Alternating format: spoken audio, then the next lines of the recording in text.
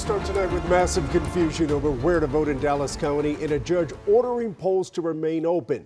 Then the state Supreme Court blocked that extension, and residents just told us they were turned away at the polls. Thanks for joining us. I'm Chris Lawrence. I'm Cynthia Izaguirre with senior political reporter Jason Whiteley. You've been tracking results on our streaming channel, WFAA Plus. Bring us up to speed. None of this was on my bingo card tonight, right? I didn't anticipate most of what has happened over the past 2 or 3 hours. Bottom line, when it comes to the voters in Dallas County, it's the Democrats who had so much confusion about where to vote. How did all this happen? Well, normally the Republicans and Democrats get together for the primaries and hold one big joint primary. So when you show up to your precinct, you would say, I'd like to have a Republican ballot or a Democratic ballot.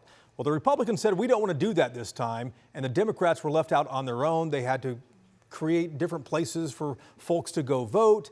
That turned into a complete mess. At one point, about 6 o'clock, Colin Allred, who's running for Congress again, District 33 in Dallas County, he decides to go ask a Dallas County judge. Listen, this has become such a mess here. He wants a judge to extend the voting hours. The judge said, sure, we'll extend it for 2 hours until 9 o'clock. Fast forward 90 minutes at 8:30, Ken Paxton was talking to the Supreme Court saying you can't do that.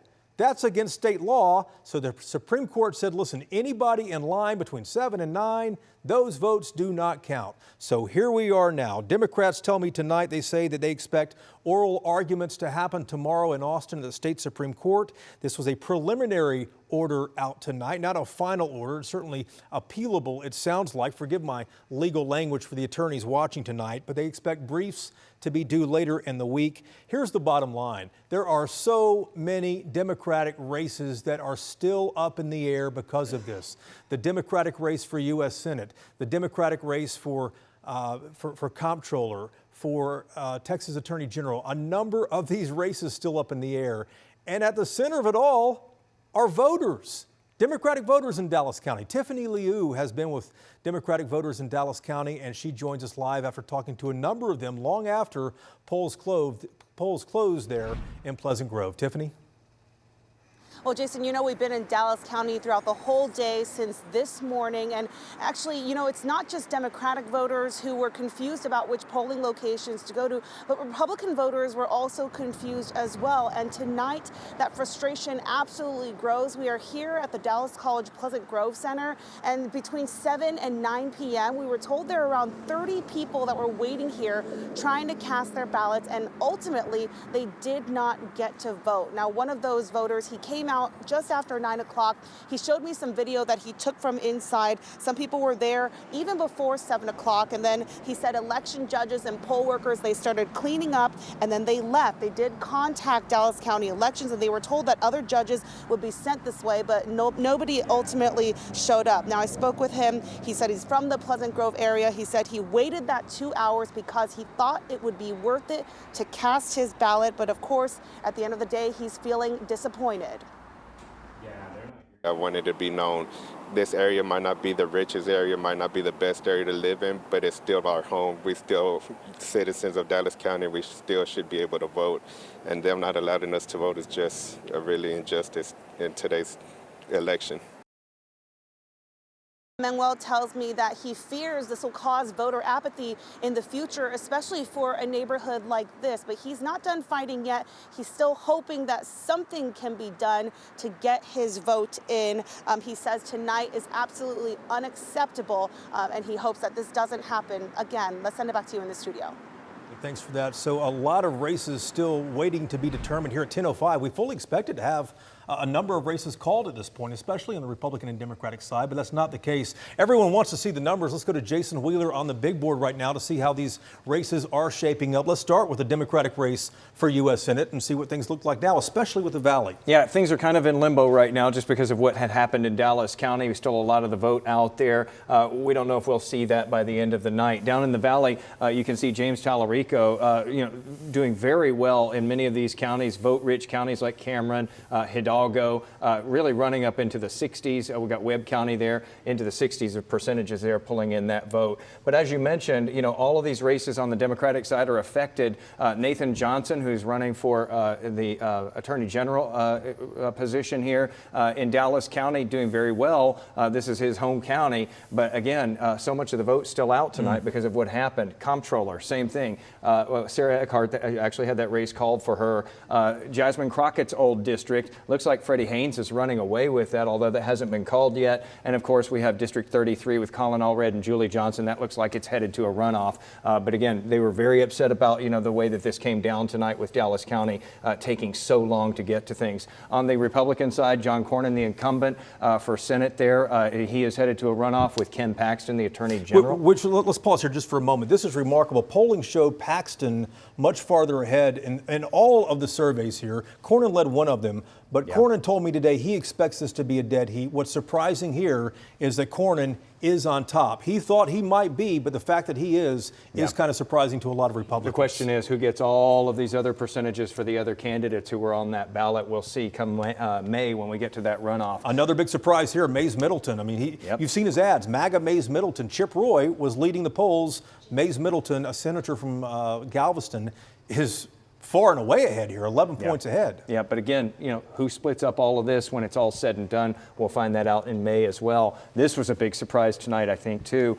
This race not over yet. We're about 2/3 of the vote in, or what is expected to be the amount of votes that are in. And the incumbent, Sid Miller, for Agriculture Commissioner, is behind, has been all night behind Nate Sheets. And one last one here. Let's do comptroller on the Republican side. Don Huffines has been far out in the lead all night long. Kelly Hancock, the acting comptroller right now, way behind. Even in his own county, Tarrant County, where he was a senator for a while there, just way behind Don Huffines, who has promised to doge the Texas government looking for waste, fraud, and abuse. Wow, he escaped without a runoff there. A lot of surprises tonight, guys. And here's the thing, on the Democratic side, it is not over yet. It may not be for a few more days to come. All right, Jason's, and we understand Ken Paxton is speaking now from his campaign headquarters. $100 million worth of ads. Chose to vote against the incumbent. That's historic.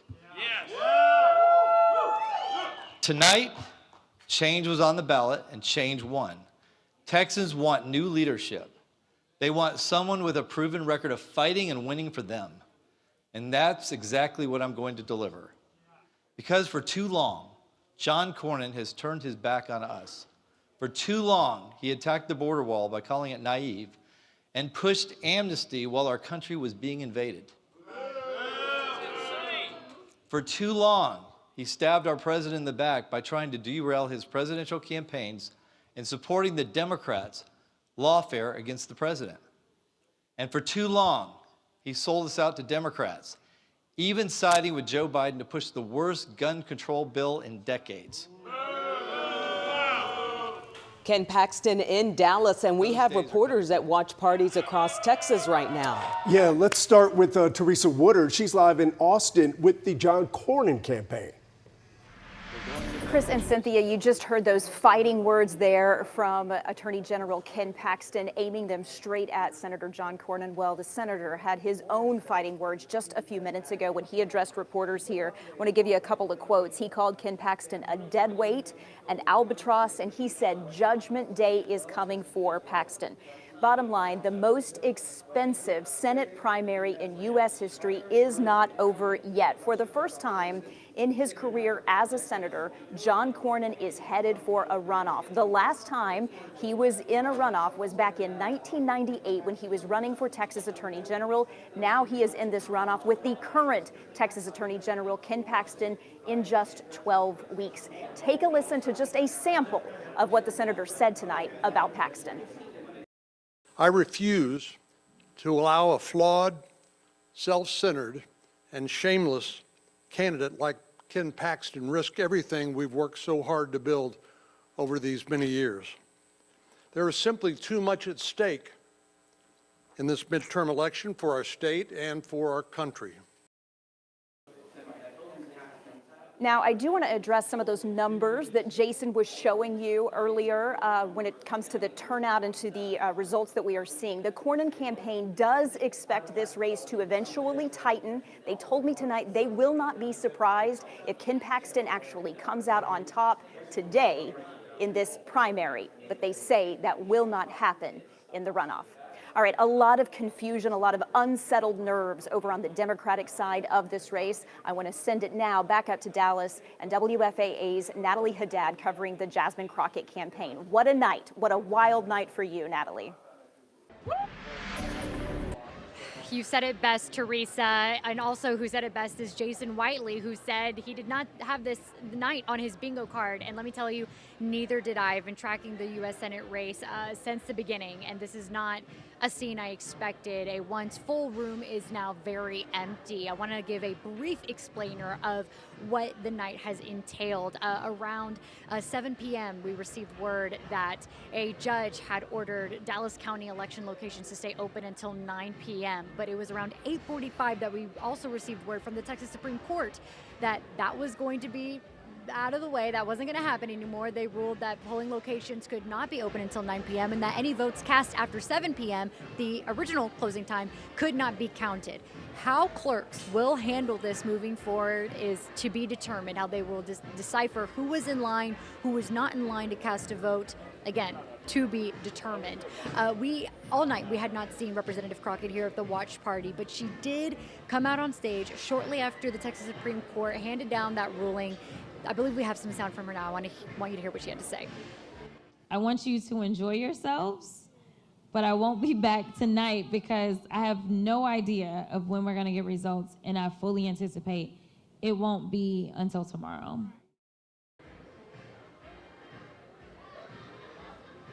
So Representative Crockett not paying a whole lot of mind to numbers tonight, waiting until tomorrow, and telling everyone she's not coming back because she is focused on what the final results will be. And again, we're not going to see that tonight. I'm going to send it over to my colleague, WFAA's Cole Sullivan. He is in Austin at the state representative James Tellerico watch party, and it's my understanding that he came on stage, and it looks like similar vibes over there. Cole. Natalie, we actually have not heard yet from Representative Tellerico, contrasting to Jasmine Crockett, but we do expect to soon. They've changed the stage setup to have a big Texas flag instead of the cable news coverage that they were watching here earlier. You know, political candidates typically have two speeches on a night like this, one for if they win, one for if they don't, and one imagines the Tellerico campaign is rewriting theirs right now for what is a very unusual and perhaps unprecedented night here that's unfolding. And you can feel that in the room here. We had big cheers early in the night as some of the earlier results were tending towards Tellerico, particularly in Austin here in Travis County, where he was running away with 70+% of the votes. Big cheers from the crowd. But now that uncertainty, because while Travis County is his home, Dallas is Crockett's home. So waiting for those results in this very tight race means a lot of people just don't know where this will end up. But like we said, we expect to hear from Tellerico shortly, and we may not know how this race ends tonight. Jason took the words out of my mouth. This was not on the bingo card. Back to you.